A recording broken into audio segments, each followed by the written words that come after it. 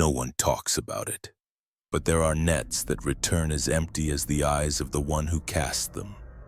In this video, you're going to understand why some fishermen would rather starve than fish on certain nights. Because what those nets bring back isn't fish. It's something that was never meant to be there. And once you see it, there's no way to unsee it. No one talks about it. But there are nets that come back not with fish, not with hope, just silence, and something that shouldn't be there. Something that doesn't belong to this world. In this video, you'll discover why some fishermen choose hunger over casting their nets into certain waters. Because on those nights, the sea doesn't just return emptiness, it gives back distorted memories, voices that aren't yours, and presences that should never exist. There are places where the ocean goes too quiet, where the sound of water hides a buried scream. And once you hear it, it takes you. Even if your body returns, your soul stays with it. In forgotten villages where time seems to have stopped and progress never arrived, hunger smells like salt and mold. João lived there, a simple man with calloused hands and a crumbling sense of hope. He lost his wife to a fever, his children to the city, and his crops to the drought. All that was left was an old, rotting boat, 2 patched-up nets, and the memory of everything the sea had already taken. That night, when the house floor was bare and the cupboard empty, João faced the ocean like someone facing a final sentence. The others had already warned him. Don't go south. The nets come back empty. But when hunger tightens, it silences superstition. So João went. He cast his net in the same spot he always did, waited. The boat rocked in complete silence. When he pulled back, nothing. Empty. But not just empty, too clean. No fish, no seaweed, no sand, as if it had never touched the bottom. The sound of the ocean had vanished, the air was heavy. He cast the net again and again until the 4th time. Something different came back. The net was heavy, but it wasn't the weight of fish. It was a thick, dark, viscous substance that smelled like iron. When his flashlight hit the cords, he saw red, soaked between the fibers, dripping slowly through his fingers. His hands weren't wounded, so where was it coming from? And that's when the whispers began. Low, raspy, like the sea trying to speak using human voices. João froze. The sounds came from every direction, and among them, he heard a name. Marina, muffled yet familiar. His wife's name, the one who died months earlier from fever and pain, buried far from the ocean. He stood up trembling and saw something floating near the bow, a scarf, faded blue with floral embroidery, the same one she wore on her last day, the same one she was buried with. João swallowed hard, gripped the net, and threw it again. Not for fish, but for something his mind insisted on calling a last chance, and that's when he made the mistake. The net returned even heavier. Too heavy to lift. He pulled with both hands, legs braced against the boat. Cold sweat poured down his back. Then something broke the surface, an arm, a human arm, bloated, greenish, with cracked nails and peeling skin. João fell backwards, eyes wide. He tried to let go, but the arm moved. It grabbed the net and began to climb, slowly, as if trying to crawl out. João screamed, but no one heard. He tried to row, but the boat didn't move. The sea had gone still, frozen, and then the face appeared. It was her face, but it wasn't. The eyes were empty, the skin pale and cracked, and the smile twisted, broken, soulless. You left me. Now it's your turn. The mouth didn't move, but the words echoed inside his head. He tried to jump overboard, but couldn't move. paralyzed, frozen. All he could do was stare and listen until everything went dark. João woke up drifting near the beach alone. The nets were still in the boat, clean, intact, empty. Since that day, he never fished again. Lives on scraps and charity, walks the village like a ghost, but no one blames him.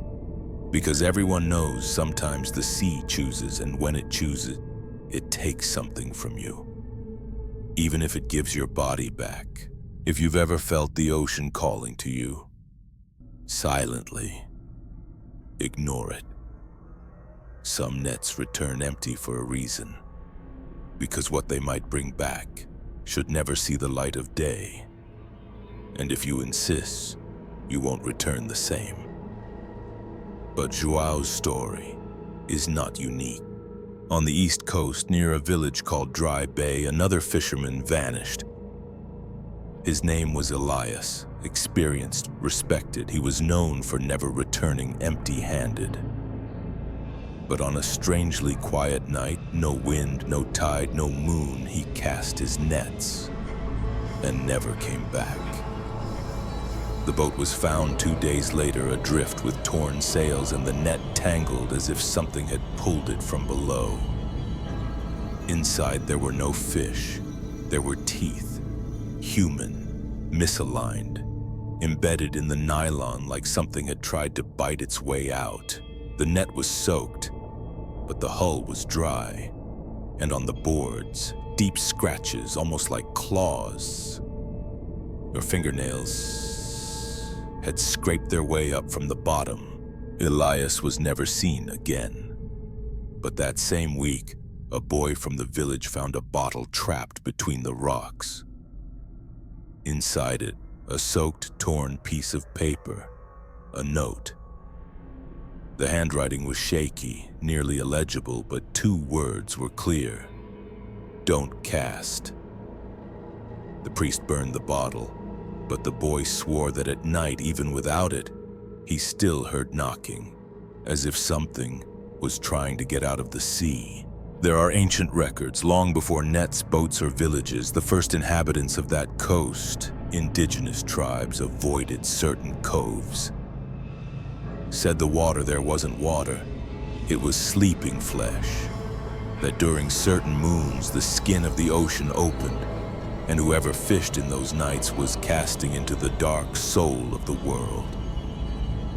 And down there, something waited, something that fed on the memories of the living. These weren't just legends, they were warnings, forgotten over time. Because hunger doesn't respect fear, but fear always respects what comes from below. And it doesn't stop there. In 2018, a group of tourists rented a small boat to shoot a documentary about forgotten fishermen. They laughed at the stories, mocked the empty nets, and tied a GoPro to a net right at the spot where João had seen his dead wife. The footage was recovered 3 days later after the tide brought the camera back inside a cracked bottle. The device was broken, but the memory card survived. The video shows the ocean floor until something massive approaches. Not a fish, not a shark, something with a human shape but no face, skin covered in eyes. And as the camera tries to focus, all the eyes turn toward the lens and blink in unison, then static. Everyone from the group disappeared. Still think these are just stories? Many fishermen remain silent, choose hunger. Others cast their nets as offerings, never expecting to catch anything, because they know when the sea returns what it took, it brings it back in ways you don't recognize, with eyes that blame you, with memories that aren't yours, with voices that live in another place, where water is only the surface of something much deeper, something that watches. João now lives on the edge of the village, doesn't speak, just stares at the sea, sometimes murmurs names, sometimes laughs alone. They say at night he weaves nets with his eyes closed, as if he still fished, But when asked what he sees, he only answers with one phrase: they come when you insist. But what if all of this is just the beginning? On the last new moon, locals reported something that changed everything. 3 boats set out at once. Joao watched from the shore, silent as ever. Young men, brave, unafraid of stories. They said they would fish where no one dares. They took flashlights, drones, GPS, and arrogance. At 2:43 a.m., the first boat's signal vanished. The second sent a radio message, cut off by a sharp noise, like a deep wail rising from the ocean floor. The third returned, but not empty. Inside it, only the engine and the skin of the pilot, stretched, draped like a net. The village panicked. The sea doesn't just take, it sends messages. And that night it made it clear: you don't fish where pain sleeps. The elders began burning nets, families moved away, and Joao disappeared.